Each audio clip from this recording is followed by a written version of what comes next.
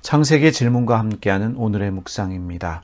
오늘은 왜 아브라함은 두려워하고 있을까? 이 질문으로 우리 삶을 돌아보면서 믿음에 대해서 생각하는 시간 가져보도록 하겠습니다. 창세기 15장에 오기까지 아브라함은 많은 일을 경험했습니다. 하나님의 말씀을 듣고 하란을 떠나서 가나안 땅으로 왔지만 곧 만나게 되는 것이 기근이었습니다. 그래서 몸부쳐 살려고 가나안을 떠나 이집트로 내려갑니다. 아브라함은 아내 사라를 누이라고 거짓말했고 바로는 사라를 아내로 맞이하기 위해 궁으로 불러들입니다. 문제를 해결할 수 없었던 상황에서 아브라함은 하나님의 도우심으로 아내를 되찾고 바로에게서 많은 가축과 노비를 얻어 다시 가나안 땅으로 돌아오게 됩니다. 아브라함은 많은 가축으로 인해서 조카 롯과 헤어지게 되는데 롯이 살고 있던 소돔 땅에 전쟁이 일어나게 되고 롯은 포로로 잡혀가게 됩니다. 이에 아브라함은 집에서 훈련된 318명의 사병을 데리고 가서 조카 롯을 구하는데 돌아오는 길에 살렘 왕이자 하나님의 제사장인 멜기세덱의 영접을 받고 그에게 11조를 드립니다. 아브라함은 이런저런 일들을 통해서 하나님의 전능하심과 보호하심을 경험하며 하나님의 은혜로 믿음이 성장하고 있습니다. 그러나 아브라함은 여전히 두려워하고 있습니다.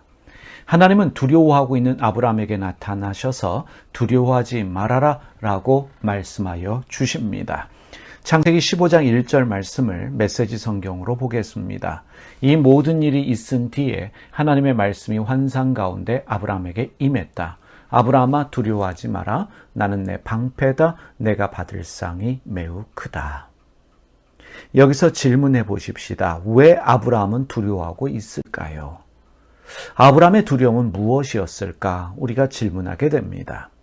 사실 타국에서 이방인으로 사는 일은 쉽지 않습니다. 언제든지 타인으로부터 공격받을 수 있고 가진 것을 모두 빼앗길 수도 있습니다.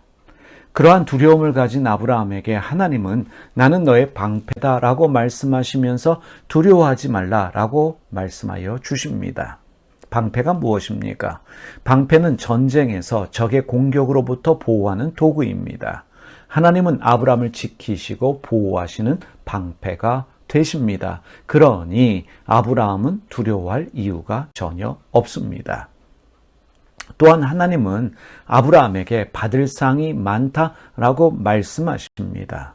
그러면 아브라함이 받을 상은 무엇이겠습니까? 바로 자식입니다. 지금 현재 아브라함은 자식이 없습니다.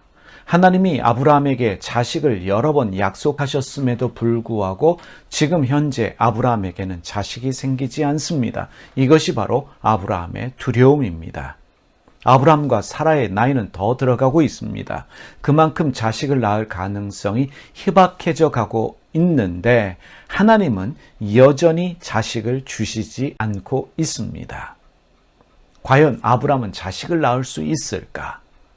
우리가 알고 있듯이 결국에 하나님은 아브라함에게 자식을 주셨습니다. 지금 주시지 않는 이유는 무엇입니까? 아직 때가 되지 않았기 때문입니다. 하나님의 때가 되면 주십니다. 그래서 하나님은 두려워하지 말라고 말씀하십니다. 기다리라는 말씀입니다. 하지만 하나님이 주실 때를 알지 못하는 사람은 두렵습니다. 기다림 또한 두려움입니다. 아무 일도 생길 것 같지 않아 두렵습니다. 두려움에 사로잡힌 아브라함은 하나님께 항변합니다. 창세기 15장 2절과 3절 말씀입니다. 아브라함이 이르되 주 여호와여 무엇을 내게 주시려 하나이까? 나는 자식이 없사오니 나의 상속자는 이 다메섹 사람 엘리에셀이니이다. 아브라함은 하나님의 계획과 하나님의 때를 알지 못합니다. 그래서 기다리지 못합니다. 답답하고 두렵습니다. 그래서 아브라함은 자신의 종이 모든 것을 상속받을 것이라고 하나님께 말합니다. 하나님 약속대로 주실 줄 믿습니다. 큰 소리로 부르짖어도 부족한 상황에서 아브라함은 지금 하나님 비난하고 있습니다. 하나님을 원망하고 있습니다. 약속을 지키지 않는, 지금 자신에게 자식을 주시지 않는 하나님에 대한 투정과 항변의 소리입니다.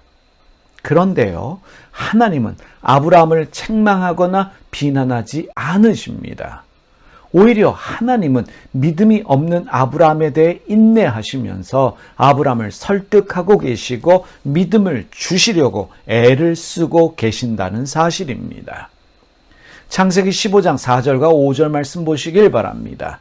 여호와의 말씀이 그에게 임하여 이르시되 그 사람이 내 상속자가 아니라 내 몸에서 날 자가 내 상속자가 되리라 하시고 그를 이끌고 밖으로 나가 이르시되 하늘을 우러러 무뼈를 셀 수 있나 보라. 또 그에게 이르시되 내 자손이 이와 같으리라. 하나님은 아브라함이 생각하는 그 사람이 아니라 아브라함의 몸에서 날짜가 아브라함의 상속자가 될 것이다 말씀하십니다. 아브라함에게 반드시 자식 주시겠다는 말씀입니다. 그러나 우리가 때를 쓴다고 우리의 마음이 상했다고 하나님 즉시 주시지는 않습니다. 주님의 때가 될 때까지 말씀을 반복하시면서 우리로 하여금 기다리게 하십니다. 여기서 끝나지 않습니다. 하나님은 아브라함을 밖으로 데리고 나오셔서 하늘의 별들을 보여주시며 말씀하십니다. 하늘을 우러러 무뼈를 셀 수 있나 보라. 내 자손이 이와 같으리라.